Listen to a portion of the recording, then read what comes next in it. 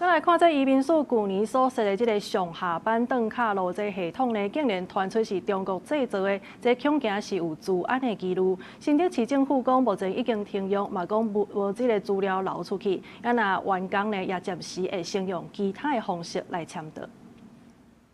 原本上下班用来拍卡的机器，即马已经打出停用告示。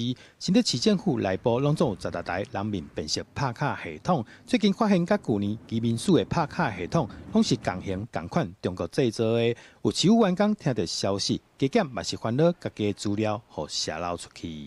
一开始多少会担心啊，但我觉得，我相信我们国家的那种治安防护，但以后我觉得还是尽量避免会使用。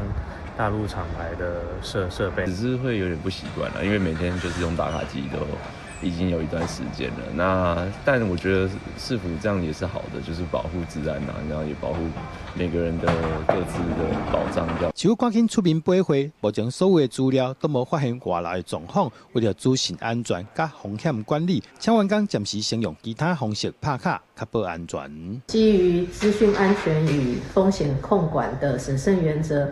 本府已经先行停用本府人脸辨识差勤系统，并请同仁暂以其他方式打卡，以确保资讯系统的安全。经初步检视，尚未发现遭害或资料外泄的情形。市府表示，说来卖伫厂商提出文件甲完整说明进前，请员工先停用这套系统，确保所有员工的权益甲资讯安全。记者杜君豪，新竹报道。